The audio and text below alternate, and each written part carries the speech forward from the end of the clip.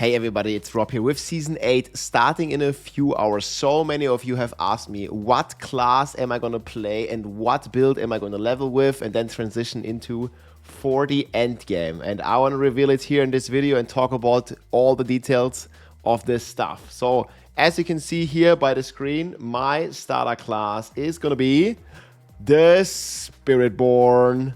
We're also going to be playing Barb, guys. Don't worry. Especially before this new Berserk collab Guts Transmog drops. We're going to be playing the Barb as well.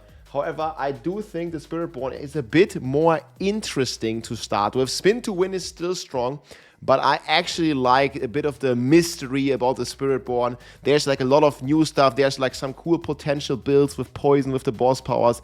There's a new potential build with evade, firestorm, Spiritborn feathers and stuff. And I just feel there's a lot of potential on the Spiritborn. It might not be the best class because we don't know exactly how much Blizzard has nerfed those boss powers. They only said they kept the scaling to Paragon 200, and then they've hinted that they nerfed it a bit and stuff like that, but we don't really know exact numbers. So I'm looking forward to start the Spiritborn and test it out, and we can always reroll Barb very easily. And before we get the Berserk Transmog, we'll definitely be spinning and winning on the Barb. Whirlwind Barb is an amazing start. I will also talk about that, but let's talk about the Spiritborn now. So Quill Volley is the play here that we're gonna do, and one of the decisions that one of the factors that factored into my decision as well is that they actually revealed here on the Helltide. You can always see the next world boss, and to play the endgame version of the Spiritborn that I want to try, or that could be good, you will need the Ashava boss power. This one got buffed triple, and it provides a tremendous poison.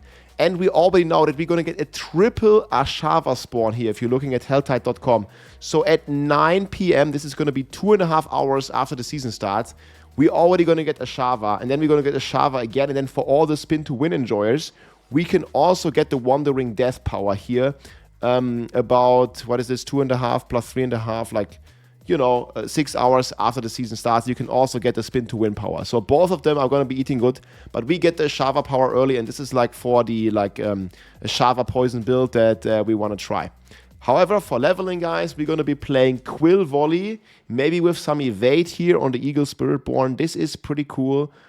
Pretty strong build. I can show you here a little bit how the playstyle is of this build. So I was doing some practice runs here, just doing Helltides, basically leveling a little bit. Obviously, we have a leveling strategy already. You also want to do the apparition incursions to get the boss powers early.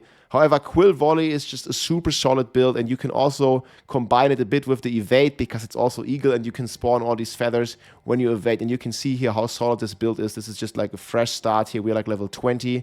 You're going to automatically unlock your unlock your class quest when you have already done it before, once you hit 50 on the Spiritborn. So that used to be a very long quest that's going to help a lot with Spiritborn leveling.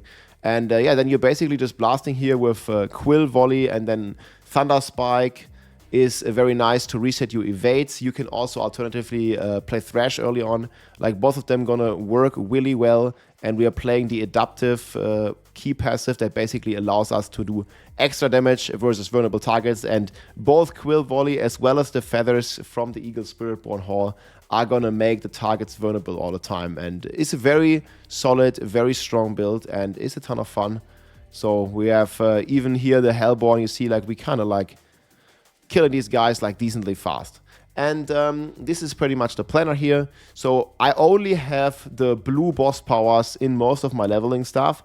Maybe with some exception, yellow one, but not a legendary one. Same goes for the runes, guys. We definitely only have even blue runes available, if at all. So we're not gonna have any of the legendary runes here in all the leveling. There's always a skill tree here that shows you point by point what you're gonna go for. There's two options. You can go Thrash, you can go Thunder Spike if you want to play a bit more around evade. And also there's lots of situational things, like if you happen to get the Sepan Sontek as your weapon. This one has been buffed, and I definitely recommend you gambling quarterstaffs if you have some Obolts, because you have a good chance of getting one of these uniques because they have buffed the Obol vendor a lot. So you can get Sepan Sontek, or you can get the Rod of KEKW. Both of them are gonna be fantastic if you Obviously, if you get Sepan Sontek, you play a bit more evade focus. And if you get Kek W, you play a bit more Quill Volley focus. However, it's always a combination and it synergizes very well because it's both Eagle and it's just very chill to play. And then there's some cool boss powers here, casting basic skills. There's also like an evade boss power. There's some good scaling in general that you have here. So really depending on what RNG you're gonna hit, you can like try around with some of these boss powers. Like I have a recommendation here that's like kind of safe if you don't get anything. And that's also one of the reasons why I haven't chosen a weapon, because every couple levels, you want to replace your weapon with like the highest DPS weapon that you can find on the ground, no matter if it really has a legendary affix or not. And we only have like random like slots, uniques here in all the other gear that is like recommended. You can get them, but you don't necessarily have to do them. For some of them, for example here, you can also get them in the Nahantu region by just completing, you know, a dungeon here. Like if you want Inner Corm, for example, or other stuff, you can get it in the open world. However, it's not necessary and you can be okay with any aspects that you find here. And we're just going to level basically, blast, Quill Volley. We have Ravager. This one is solving resource problems. It's going to teleport you to the enemies, making it, you know, like a pretty smooth and fast-paced playstyle where you can already dash to the targets all the time. And you're just going to have, I think, a good time with this build. You can already reset the Hunter here. You see, like I use my Hunter, it already resets because you have like some cooldown reduction there and you can almost do Hunter every elite pack. It's going to be a tremendously fast. We also have Armor Tide for some defense. We have Scourge for crowd control, and this one also gives us resources. We have some of the Eagle multipliers, and then obviously we have the Hunter with some ultimates and Vital Strikes, which removes the vulnerable, but we keep making stuff vulnerable every time we hit a Quill Volley or every time we hit the feathers in our main primary spirit wall. Then we also have Eagle here on secondary. This one gives us a ton of crit chance as we move, and we're going to move a lot because we want to level, of course. So that's pretty cool. That's the starter build, guys. And then my plan is, after that, I want to transition into either the evade build first. So this is just a very solid evade build. You might have known my flash build from previous seasons. This is amazing. And evade is going to get pretty easy, basically, to get started on because you have this Kirma Sparks power here that allows you to reduce your evade cooldown if you have some lightning res on your gear. And this one basically allows you to perma-evade even if you don't have Sepan Sontek. You just need to stack some cooldown basically. And that's gonna like basically help you a lot. If you have the Sepan Sontek, obviously it's gonna be super easy and you can just get like one evade roll or something on boots and you're gonna be good. But this is like level 60 plus, guys. We also have like some base Paragon boards here that you can follow along like with this. Obviously you're not going to populate the entire glyphs here. This is like a 250 Paragon board, so you're just not going to like take all the glyph stuff. You're just going to, you know, get stepping first, then get here. Jagged Plum is probably the most important one, Feather Potency. And the cool thing is, guys, there's a pure version, but there's also this Firestorm version that I'm looking forward to play. We just received information from Blizzard that the Sunbird's Amulet is going to drop on Duriel and Dariel and Harbinger of Hatred. So you're going to have a good chance of finding this amulet, you know, couple of time after you hit 60, and you can basically play this, and we'll try and see how big the Firestorm is going to be. So that's also going to be a ton of fun. And then, as I said in the intro, we're going to know after 2.5 hours, we already have the Ashava power. So we might even be able to completely skip the evade and go right into Ashava. And this is the third planet I'm also going to be linking below. So we have the leveling planner, the evade planner, and the Ashava planner. And maybe we can consider to switch from leveling right to Ashava, basically. This is the boss power. They triple buffed it. However, they did rescale, you know, all the boss powers. So we don't really know for sure how strong this is going to be. It might be very strong, or they might have giga nerfed it. But this is why I think Spiritborn is going to be interesting. And you have a lot of potential. There might be some cool new builds, while a lot of other classes, if you're looking at the tier list, you know, you kind of play the old, somewhat boring meta because it's already been played before with Bloodwave or Cataclysm, you know, or even Mighty Throw. Like, we already played that.